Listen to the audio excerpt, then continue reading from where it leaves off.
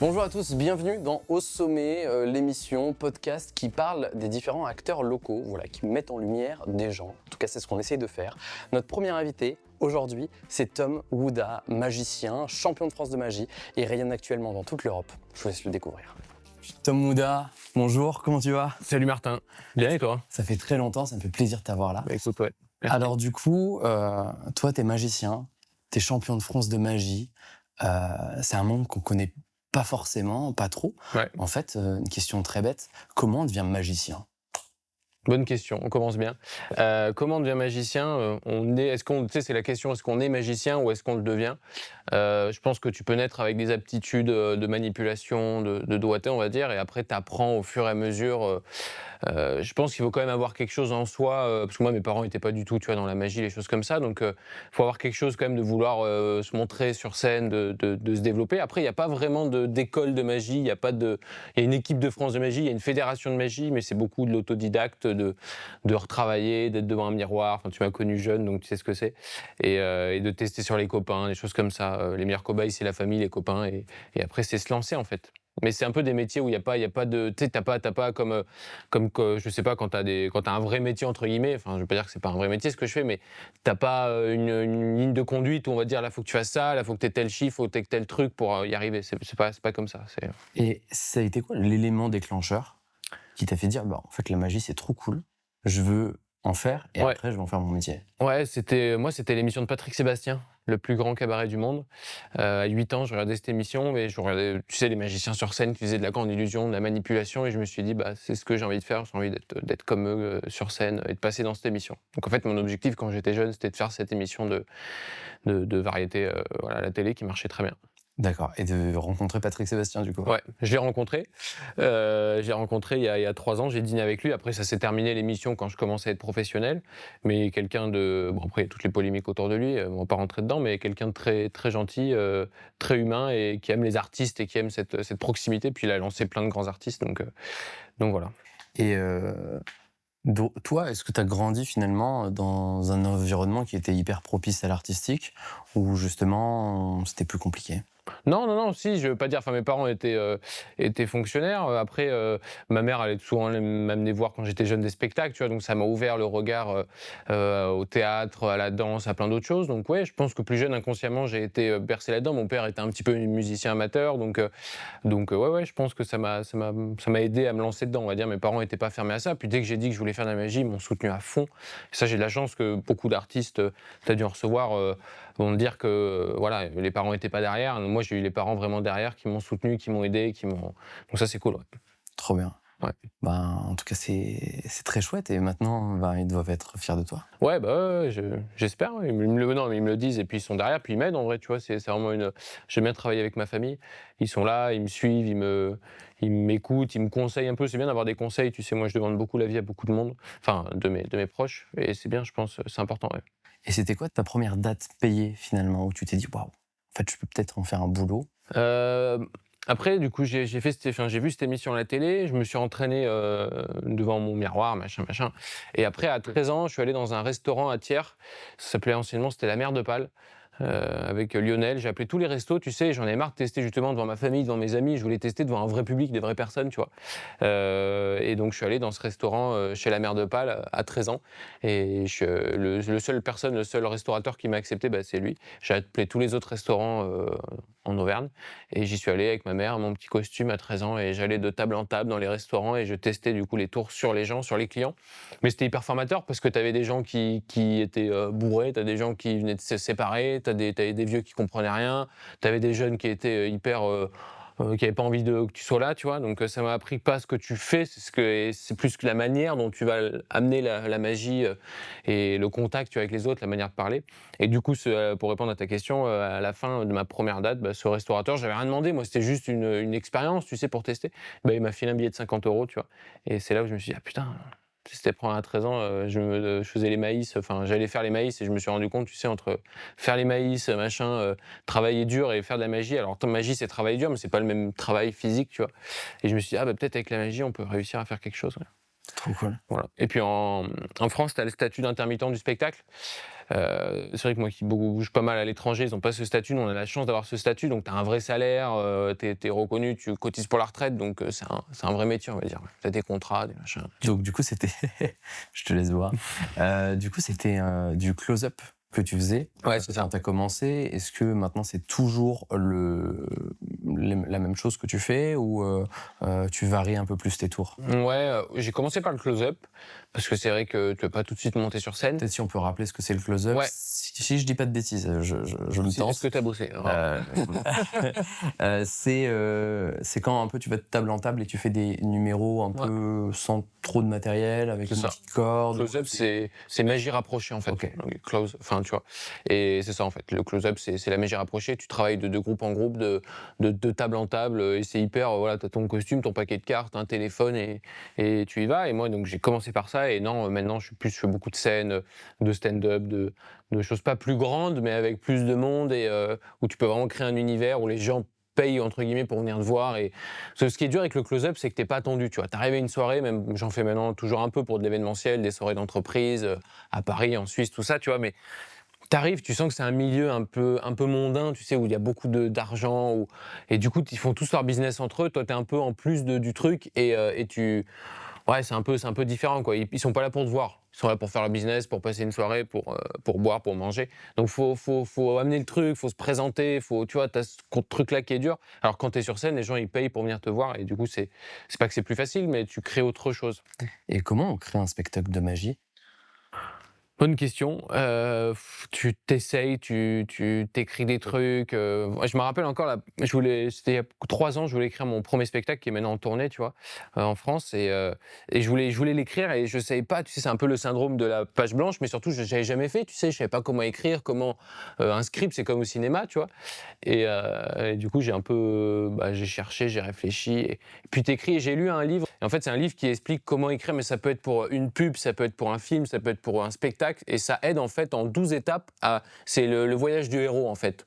Et Star Wars, tous ces films-là s'inspirent, et quand tu regardes, c'est toujours un peu la même trame, c'est écrit pareil, avec 12 étapes, et tu suis ces 12 étapes, un peu dans le désordre, et c'est Alexandre Astier qui en parlait, et du coup j'ai acheté ce livre, et à 3 ans, et j'ai appris dans ce livre comment, pas écrire un spectacle, mais tu sais, un peu avoir le héros qui arrive, alors tu le retranscris dans ton spectacle, mais le héros qui arrive, qui se prend une gamelle, qui est en dessous, puis qui remonte, puis après il y a l'ennemi qu'il va rencontrer, et c'est ça en fait, c'est les 12 étapes, tu vois, du voyage d'un héros, et du coup c'est ça qui m'a appris un peu à écrire entre guillemets un spectacle. Et après il faut le faire sur scène, il faut le jouer, il faut se prendre des gamelles, puis après j'ai travaillé avec des meilleurs metteurs en scène qui m'avaient appris à vraiment à scripter ton texte, parce que c'est vrai quand j'étais jeune, j'ai 23 ans, mais tu vois, à 18 ans, t'es plus naïf, c'est pas que t'as la flemme, mais t'es moins soigneux dans ton travail.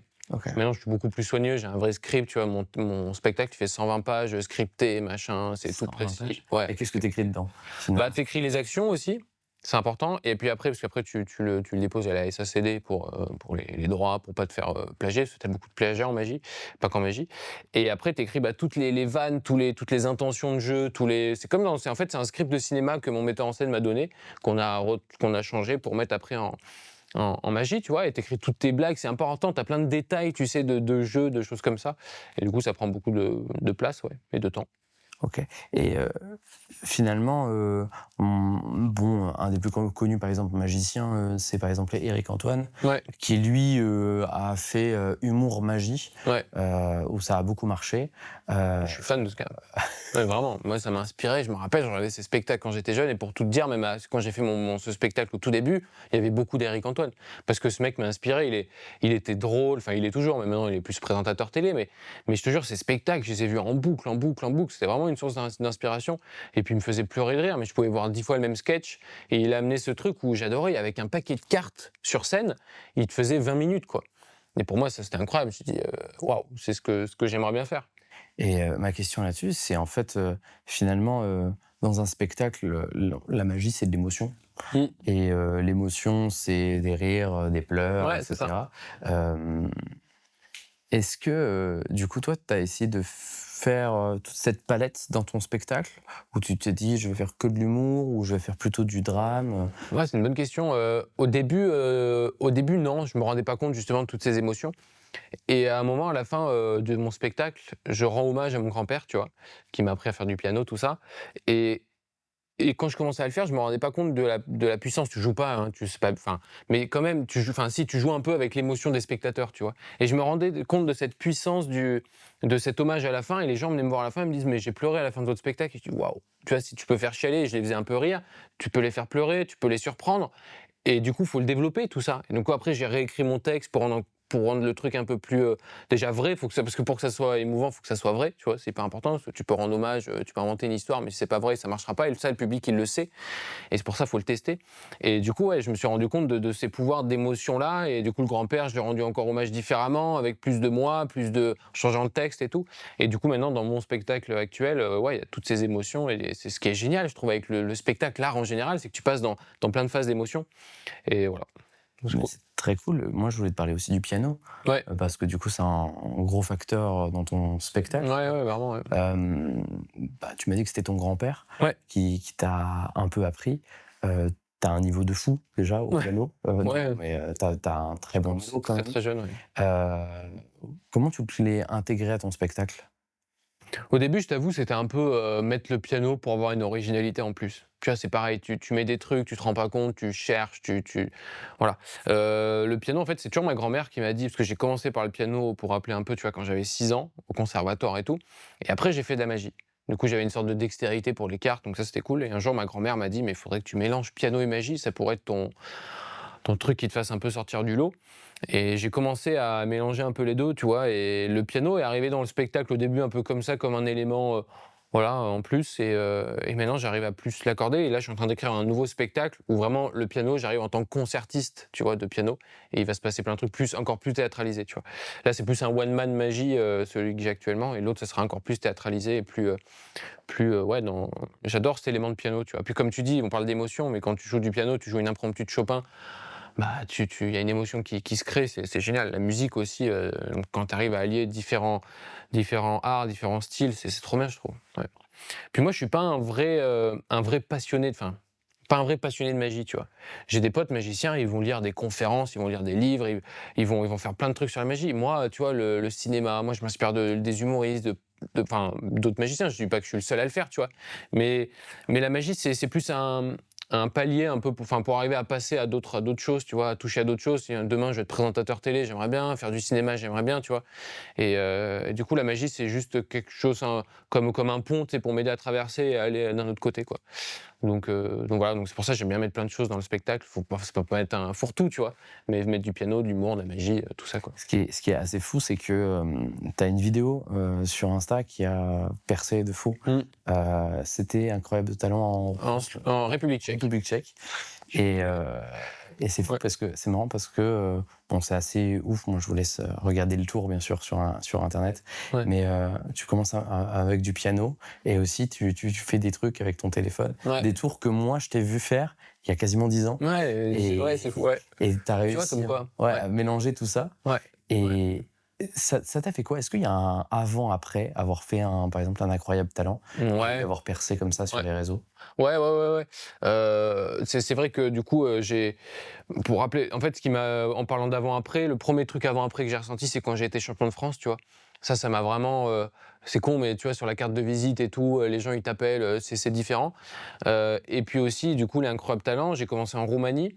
Avec ce prototype, en fait, ils m'appellent l'émission en me disant, on a vu dans votre spectacle, parce que j'avais un teaser, vous faites du piano. Vous pouvez pas nous faire, parce qu'en fait, les télés, c'est du 2-3 minutes, et moi, mon spectacle, il fait 1h15. Il faut en 2-3 minutes que tu vendes un produit, un truc, et que les gens y restent, et qu'à la fin, tu aies des votes positifs. Et du coup, je me suis dit, bah, il faut que je prenne le piano, et ils voulaient que je fasse un truc piano-magie, sans parler, en visuel, parce que c'est la télé. Et du coup, j'ai essayé de faire ce truc avant-après, avant avec le spectacle, et après, du coup, à la télé. Et j'ai bossé sur ce numéro un peu où j'arrive, en fait, en tant que pianiste. Parce qu'ils aiment bien ces émissions, le storytelling, c'est important d'avoir, que tu les surprennes. Et j'arrive en pianiste, et après, il se passe plein de trucs avec la magie. Mais la magie est pas truc en premier plan, ça arrive après, donc les gens sont surpris, tu vois. Et voilà, j'ai travaillé ce proto en 2 mois, en 1 mois et demi, j'ai travaillé ce numéro, alors que normalement, il faut 2-3 ans, tu vois, pour travailler. Tu vois, mon pote Mathieu Stepson, là, qui a gagné Incroyable Talent, ça fait 10 ans qu'il travaille pour ses tours, pour Incroyable Talent, pour avoir un truc et réussir à aller en finale, tu vois. C'est vraiment, c'est comme un athlète de haut niveau, tu fais pas ça, t'arrives pas dans cette émission quand t'es pro, je veux dire, t'as vraiment un truc écrit avec un spectacle à vendre à la fin, enfin, faut tout réfléchir, tu vois, aussi en termes de business, important. Et du coup, j'ai fait ce... Pardon, je pars dans tous les sens, mais Non, mais c'est très bien.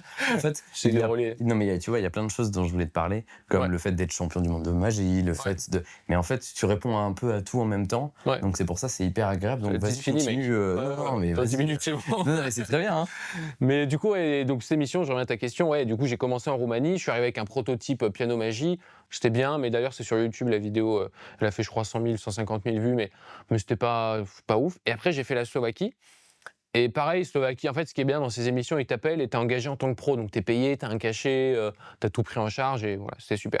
Et en Slovaquie, pareil, ça se passe bien. J'ai retravaillé le tour, j'ai eu un peu de temps, tu vois, mais j'étais pas encore content. Donc je voulais pas la sortir sur mes réseaux. Je me dis ça va ressortir en Slovaquie, moi je prends mon cachet, c'est cool, tu vois, voilà. En Roumanie, j'étais allé en demi-finale, j'avais fait un autre numéro. Et là, il le pose sur les réseaux. Et là, je commençais à avoir 100, 200 abonnés, machin. J'ai pris 10 000 abonnés, je crois 11 000 abonnés. La vidéo, elle est à 40 millions de vues, enfin 38 millions, tu vois. Et au final, ça s'est vu et les gens ont plutôt apprécié parce qu'ils ont aimé ce truc, justement, où ils sont surpris par le piano, par la magie. Mais pour moi, je suis pas du tout encore content. Tu vois, là, je viens de tourner en Italie il y a 3 semaines, à nouveau un Incroyable Talent. Et là, je commence à être à peu près content du produit fini, tu vois, et de ce que je veux, que ça soit avec le piano et la magie. Puis la télé, ça pardonne pas. Je veux dire, quand tu fais disparaître un truc, bah, t'imagines bien, je suis pas sorcier, quoi. Ça, faut le cacher, donc les angles et tout. Et je m'étais pas préparé à ça, tu vois. Pas assez. Mais c'est bien parce que ça trode, puis t'es à l'étranger, quoi. C'est pour ça que j'attends que plein de gens me disent quand est-ce que tu vas en France le faire. Je vais le faire, c'est un projet, on est en train d'en parler, d'en discuter. Mais il faut vraiment être prêt et bien prêt, faire un truc vraiment propre, tu vois, clean. Voilà. Mais ouais. Bon, t'as parlé de plein de choses. Mais c'est vrai qu'on n'y pense pas sur les différents angles. Et oui, effectivement, ça pardonne pas. Tu dis, Ouais. là, je me vends en tant que magicien. Si on voit mon tour, Ouais. est-ce que tu vois avant les angles Non. Non, et puis pour tout te dire, quand je suis arrivé en Roumanie, donc ma première télé avec ce numéro, parce que j'en ai fait 4 du coup, je fais Roumanie, République tchèque, Italie et l'Angleterre. Et quand je suis arrivé en Roumanie, le producteur, il me dit, donc tu fais les répétitions la veille, et le producteur, j'étais avec mon metteur en scène, il me dit, ouais mais ça va pas là, faut que tu rallonges le truc, ça va pas, machin. Sauf que tu tournes le lendemain, et que j'ai jamais fait, faut savoir, le plateau c'est immense, t'as des écrans LED de partout, t'as plus de 50 personnes sur scène, t'as plus de 30 caméras avec, tu sais ce que c'est, les ponts, les machins, donc t'arrives là-dedans, tu sais, t'es happé par le truc, quoi, c'est un autre monde, mais vraiment un autre monde. Et du coup, je dis, de quoi changer le numéro, c'est chaud, quoi, c'est tout. Moi, j'ai travaillé quand même un peu dessus, puis je suis pas, tu sais, quand tu travailles quelque chose mais que c'est pas fini, t'as encore plus de stress, tu vois.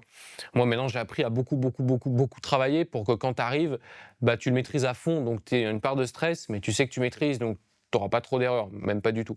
Et du coup, j'arrive là-bas, il me dit ça, et du coup, j'ai toute la nuit à l'hôtel, j'ai travaillé, machin, j'ai changé mes bruitages, mes bandes son, j'ai retravaillé des morceaux. Je suis arrivé le lendemain sur le plateau télé. C'était à peu près bon, et après, c'est la magie du montage. Ils ont réussi à faire un truc joli avec les caméras, tu vois, machin. Mais c'est vrai que c'était une première expérience très stressante. Il faut être bien préparé à ça, quoi. Et du coup, c'est quoi ta question? c'est pas, mais t'as plus ou moins répondu, donc Ouais. donc c'est bien. Je sais plus.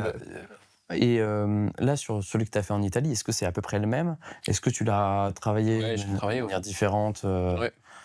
Et j'ai pas mal retravaillé sur l'écriture, sur les effets, parce que sachant que voilà, ça c'est un numéro visuel, parce que les gens, bon, c'est vrai, faut expliquer un peu en magie, donc j'ai mon spectacle, tu vois, d'1h15, français, que je suis en train d'apprendre en anglais, et j'ai des numéros visuels, et moi j'ai été champion de France avec des numéros visuels où tu fais des télés, des plateaux d'artistes, tu vois, de 10 minutes à peu près, et donc c'est génial parce que c'est visuel, ça tient dans une valise, et moi j'ai voyagé, tu vois, j'étais au Maroc, à l'île Maurice, en Chine, enfin tu vois, tu voyages dans le monde entier avec une petite valise et tu fais un numéro qui parle à peu près à tout le monde, quoi. Et ça, c'est top, t'as pas la barrière de la langue. Champion de France de magie. Ouais. Ça consiste en quoi et comment on le devient? Alors, j'ai en tête la question, c'est bon. T'as une fédération de magie, ok, et t'as des concours de magie régionaux, nationaux et internationaux, donc championnat de France, d'Europe et du monde. Pour être champion de France de magie, déjà, faut être qualifié par un concours régional, donc t'en as à Lyon, t'en as à Lille, t'en as un peu partout à Bordeaux, bref. Et après, quand t'es qualifié, parce que t'en as plein qui veulent déjà participer au championnat de France de magie, tu participes, je crois qu'on est une trentaine, et il y a des catégories. même une quarantaine. Il y a des catégories en magie comique, en grande illusion, en changement de costume rapide, en manipulation. Voilà, tu as magie générale, tu as plein de catégories, ok. Donc, moi, j'étais en manipulation avec mon numéro sur James Bond. Mon premier numéro que j'ai monté, voilà, une manipulation. Et après, tu peux être premier de ta catégorie, ce qui est déjà énorme. Et après, tu peux être champion de France, toutes catégories confondues. Donc magie comique, tout est confondu, ok. Et après, tu as le prix du public. Et du coup, j'ai été premier prix de ma catégorie, champion de France, toutes catégories, et prix du public. Donc franchement, j'étais... Les 3 la même année. Ouais, les 3 la même année, enfin, pour te dire, je suis sorti de scène, c'était tellement une préparation, parce que du coup, je suis arrivé en équipe de France, j'avais 16 ans. Je suis arrivé avec un numéro, ça a été nul. T'as dû le connaître, robot humain. J'avais un côté robot, un côté humain. Ça. Enfin, bref. Ça n'avait pas marché, ça t'avait pas plu? Bah, c'est bien régionalement, mais dès que tu veux passer le championnat de France, tu as des critères, tu as un barème, tu sais, sur comment tu joues sur scène, ton charisme, les lumières, le costume, la mise en scène. Tu as plein de critères.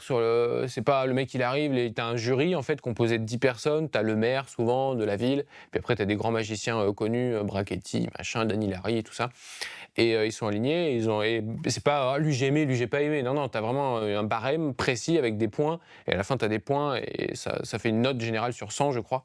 Et voilà, et après par rapport à ça, tu as le prix. Et je suis arrivé en équipe de France à 16 ans avec mon premier numéro, et ça allait pas, quoi. Et je suis arrivé, moi j'ai chialé, je me rappelle, je suis sorti de l'équipe de France. Déjà, être en équipe de France, j'étais trop content. Enfin, j'étais pas dedans, j'étais en sélection équipe de France. Et je suis arrivé et je me suis dit, punaise, j'ai mon premier numéro et tout. Bah non, ça allait pas, ils me mettaient en régie pour faire la lumière, j'étais dégoûté. Je suis arrivé avec un deuxième numéro, j'ai bossé, j'ai dépensé 2000 balles de ce que j'avais en épargne sur mon compte. Pareil, ça allait pas, j'ai dû tout jeter. Et après, je suis arrivé avec je me rappelle, mon metteur en scène, qui m'a aidé à l'époque, qui m'a dit, écoute Tom, c'est quoi qui te plaît? Je dis, bah moi je suis fan des films James Bond. Il me dit, bah monte un truc sur James Bond. Je dis, bah ouais, c'est vrai. Et du coup, j'ai bossé ça, on a bossé ça pendant le confinement ensemble. Et sorti du confinement, je me présente en championnat de France et j'arrive à avoir ce titre. Et que je me rappelle encore quand j'étais stressé, j'avais peur, j'avais 20 ans, tu vois. J'étais sur scène et à la fin, il y a eu la standing ovation de parce que c'est des scènes, je crois, la salle, il y avait 1500 personnes, tu vois, dans la salle. Et tout le monde se lève à la fin. Je suis sorti de scène, j'ai chialé. Enfin, c'était tellement une émotion, tu sais, hyper forte. Donc, bon, quand j'ai eu le prix champion de France, c'était fort, mais le plus fort, c'est quand je suis sorti de scène, où j'ai fait un sans faute, qu'il y a tes parents dans la salle qui se lèvent, tout ça, machin. C'était vraiment un moment très, très, très émouvant, très fort. Et du coup, voilà, il y a eu ce prix-là. Et du coup, ouais, t'as un barème, c'est vraiment précis, quoi. Les championnats de France, et les championnats d'Europe, c'est encore au-dessus, et du monde. Là, il y a les championnats du monde, tu vois, il y a 3 semaines aussi en Italie. Voilà. Tu vas les faire? Ouais, mais pour les faire pareil, c'est une préparation, faut bosser des nouveaux effets, des nouvelles choses. Et moi, je bosse beaucoup les télés, je bosse pas mal mon spectacle en tournée, tu vois. Donc il faut avoir le temps de le faire, mais j'aimerais bien le faire, ouais. Un jour, j'aimerais bien le faire, mais il faut le préparer pendant 3 ans, tu vois. C'est comme un sportif qui veut dire, voilà, je vais nager le 100 mètres, machin. Ça se Et c'est prépare. quoi le plus dur dans ton métier? Ou dans ton métier, ou tu vois, par exemple, juste un échec, tu vois, un truc un peu dur que t'as eu, parce que tout est pas tout rose. Ouais, alors il y a 2 questions. Je vais répondre déjà, ce qui est dur dans le métier, c'est la remise en question perpétuelle. De dire, est-ce que ce que je fais, c'est bien? Parce que comme on revenait au début, tu vois ce que je te disais, t'as pas de mode d'emploi pour être magicien, t'as pas de mode d'emploi pour être champion du monde de magie, pour faire des télés, pour que ça marche. Et c'est ce qui est dur. Surtout moi, je suis un gars qui a pas du tout confiance en moi, tu vois. Moi, je suis toujours en train d'embêter ma copine, mes parents, mes machins, en disant c'est bien, ça c'est bien. Tu sais, moi, je suis pas sûr de moi du tout, du tout, du tout. Mais après, c'est ce qui fait aussi, je pense, la force pour avancer, c'est de toujours se remettre en question. Mais c'est dur quand même, tu vois, parce que t'es là, tu te dis est-ce que ce que je fais c'est bien, voilà. Bon, bref, mais ça. Et puis plus t'avances, plus tu fais des choses importantes, tu fais quand même des télés, tu fais des choses où c'est vu, tu vois. Avant, tu faisais ça au restaurant, à la Mer de Pâle, c'était bien, mais tu te plantais. Bon, il n'y a pas trop d'impact. Là, tu te plantes à la télé, c'est un peu différent, tu vois.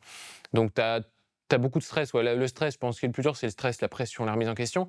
Et un échec. Alors, les échecs sont hyper formateurs, comme disait aussi Astier. Il disait, on apprend, moi j'adore ce mec, on apprend de beaucoup de ces échecs. Bon, c'est la phrase un peu banale, tu sais, mais c'est vrai, dès qu'on se trompe et dès qu'on fait des erreurs, tu apprends plus que si tu réussis, tu vois. Moi, je préfère un mec à la fin de mon spectacle qui vient de me voir en me disant, ah, c'était bien, mais ça, j'ai pas. Si tu faisais ça peut-être comme ça irait peut-être mieux. Bah, moi, ça va tellement m'apporter que si le mec vient à la fin, il vient me voir, il me dit, oh, c'était génial, c'était incroyable, putain, c'est super, tu vois, voilà, ça va pas me... Petite imitation.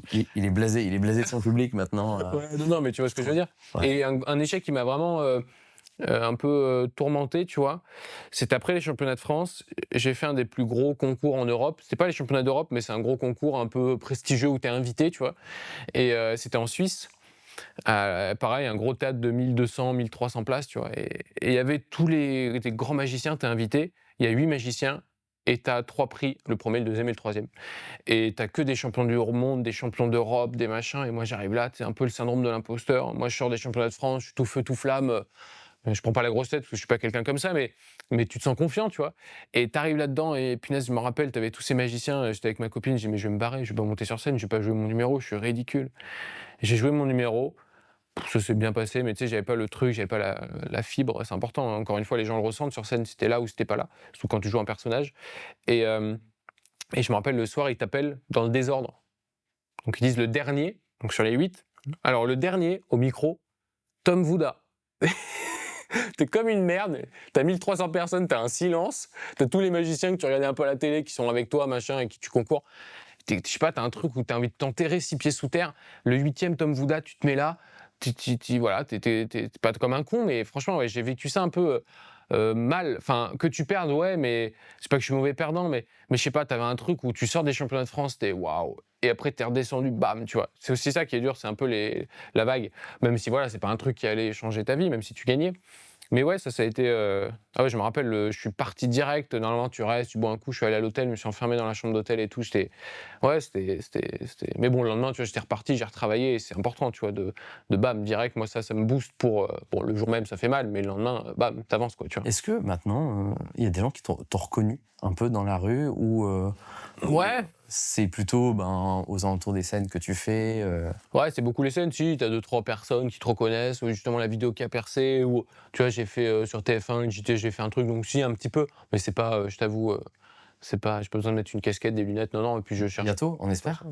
Ouais, c'est vrai que moi, tu sais, j'ai un copain magicien, David Laurent, qui est décédé, là, tu vois, et qui c'est la première personne, je sais pas si tu l'as connu, première personne qui m'a aidé à faire de la magie, qui m'a fait ma première scène quand j'avais 14-15 ans, tu vois, à Athanor, à Montluçon, parce que le close-up, j'ai commencé à 13 ans, et la première scène, c'était à peu près à 15 ans. Et je me rappelle, du coup, je cherchais un magicien un peu pour m'épauler, tu vois? Parce que comme on disait, pour apprendre la magie, t'as pas de trucs, si t'as des livres. Et moi, je cherchais un vrai magicien pro qui m'aide. Du coup, j'ai appelé, ma mère, elle a amené le pressing quand j'allais dans les restaurants à 13 ans. Elle a amené le pressing, mon costume, pardon, dans un pressing à Clermont. Et elle parlait avec la dame, elle s'entendait bien avec, et elle lui dit, ah, il y a aussi un magicien qui m'amène son costume, David Laurent, il est professionnel. Et là, ma mère, elle dit, ah, bah, vous pouvez peut-être avoir son numéro, tu vois, machin. Je me rappelle encore de son numéro par cœur, David, tu vois. 0609.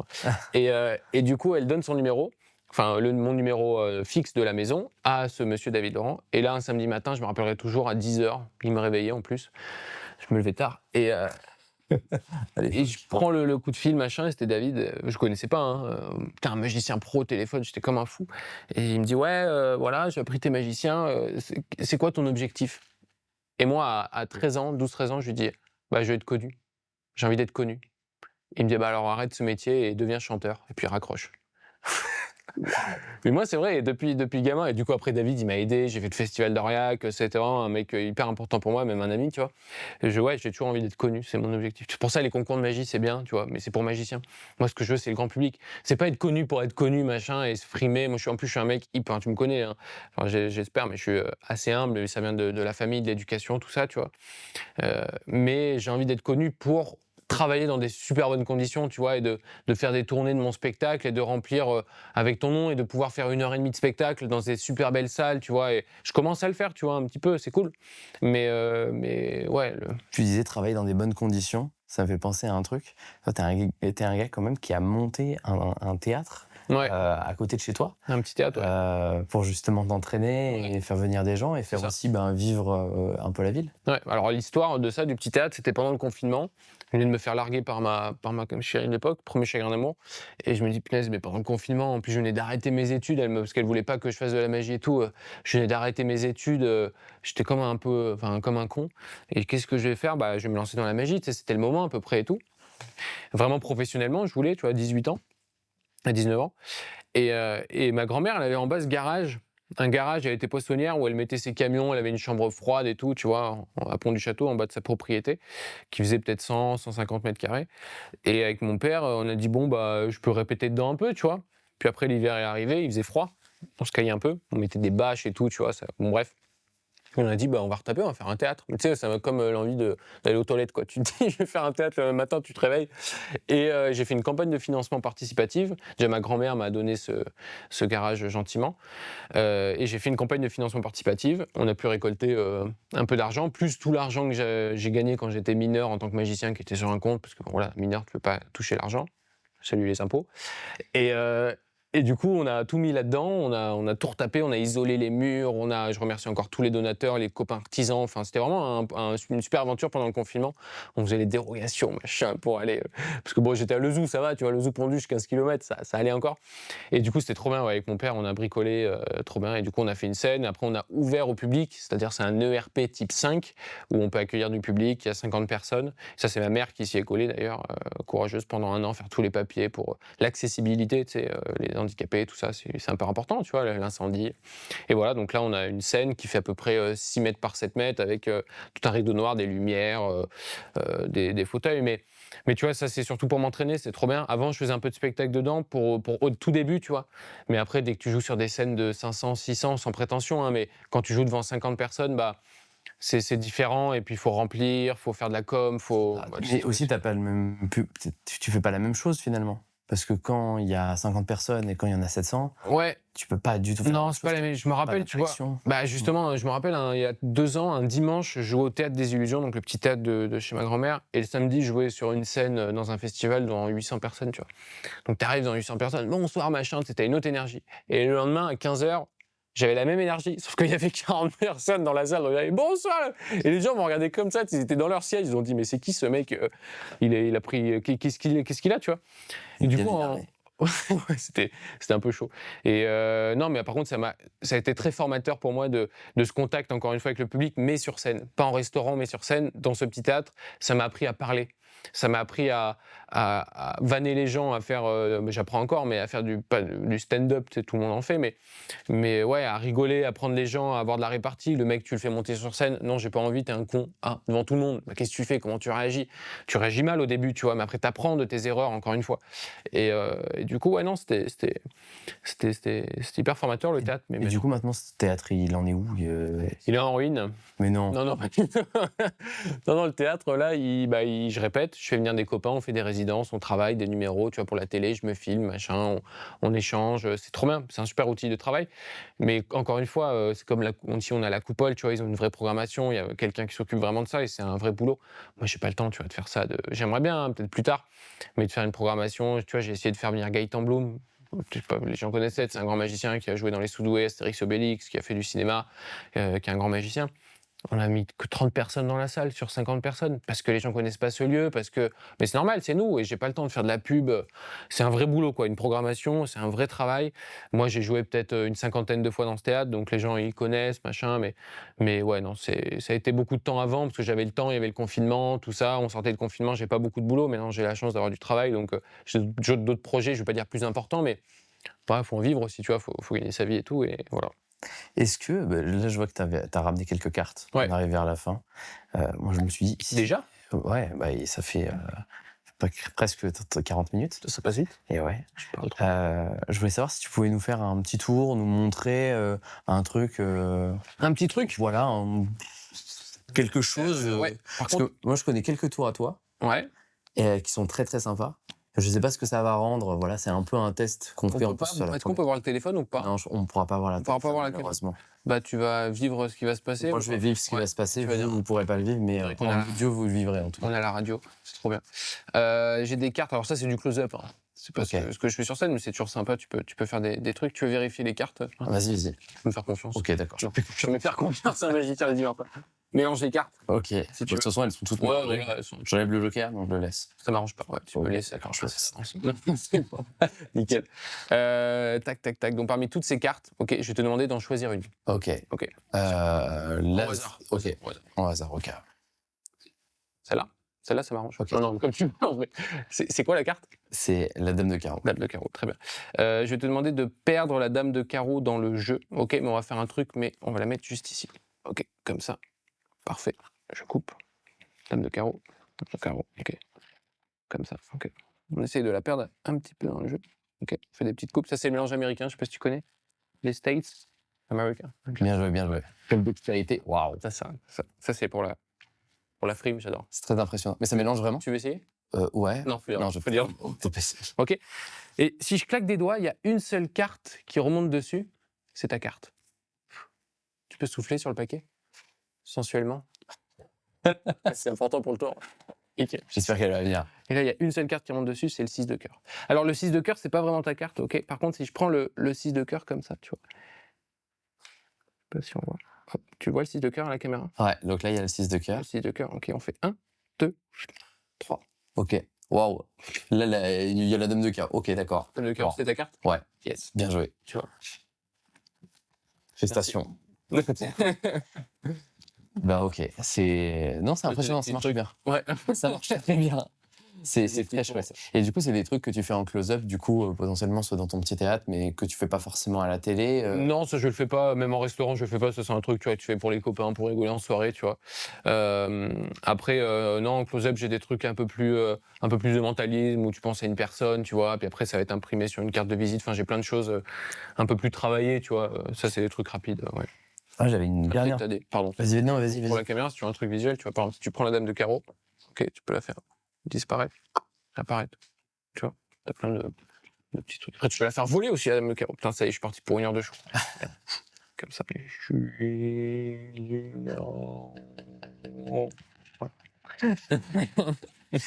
Ça marche bien, ça marche bien. Ouais, c'est des petits trucs que t'apprends quand t'es jeune. Tu commences la magie. Bah justement, ça c'est ma dernière question. Ouais. Si tu avais un conseil pour quelqu'un qui voudrait se lancer, donc jeune ou vieux d'ailleurs, dans la magie, Ouais. ou qui voudrait... voilà, ça serait quoi? Pour toi, j'aime pas cette question parce qu'à 23 ans, ça fait hyper prétentieux de dire à 23 ans, mais ouais, bon. Ouais, en même temps, tu fais des télés, ouais. t'en vis, tu es professionnel. Bien sûr. Donc, en fait, que t'aies 23 ans ou Oui, 60, c'est vrai, l'âge. de toute façon, On parle pas d'âge. Exactement. Alors Tom, on arrive à la fin. Ouais. Ça y est. Est-ce que toi, dans ta jeune carrière, tu pourrais nous dire, ce serait quoi les conseils que tu aurais à donner à quelqu'un qui veut se lancer? Après, comme je disais, à 23 ans, ça fait un peu prétentieux de donner des conseils à un jeune qui commence. Mais bon, après, voilà. Là, je fais pas tout, mais des conseils j'apprends encore tous les jours, tu vois, plein de choses, mais les conseils que je peux donner, c'est c'est un peu les trucs basiques, mais c'est de foncer, de croire en ses rêves, c'est hyper important. Maintenant, les jeunes, je trouve, tu vois, quand je discute, moi j'aime bien poser cette question à un jeune de 15 ans, tu veux faire quoi plus tard, à 16 ans, tu vois. Moi je sais qu'à 10 ans, je voulais être magicien, tu vois. À 10 ans, c'était mon rêve, c'était mon objectif. Et je trouve on rêve plus trop dans notre société actuelle, je peux pas faire le mec pessimiste, mais c'est vrai. Et n'importe quel jeune, tu vois, de rêver, de croire en ses rêves, si tu veux monter l'Everest, monter le Puy de Dôme, tu vois, en courant, faut croire en ses rêves, faut foncer, tu vois. Et il faut éviter d'écouter. Moi, j'ai eu la chance, tu vois, d'avoir de mes proches, la plupart de mes proches qui m'ont soutenu, mais j'ai plein de copains magiciens où les proches ont dit l'inverse, tu vois, ont voulu amener sur d'autres chemins et de croire, voilà, de foncer et d'être motivé et d'aller à fond, d'aller au sommet. Voilà, ça c'est beau. C'est une belle conclusion en tout cas. Ouais. Merci beaucoup d'avoir été mon invité. J'espère que vous avez tous passé un bon moment. En tout cas, merci beaucoup de nous regarder. Voilà, ça me fait plaisir. J'espère que vous passez des bons moments et je vous retrouve très bientôt pour un prochain invité. Et je vous dis à bientôt dans Au Sommet.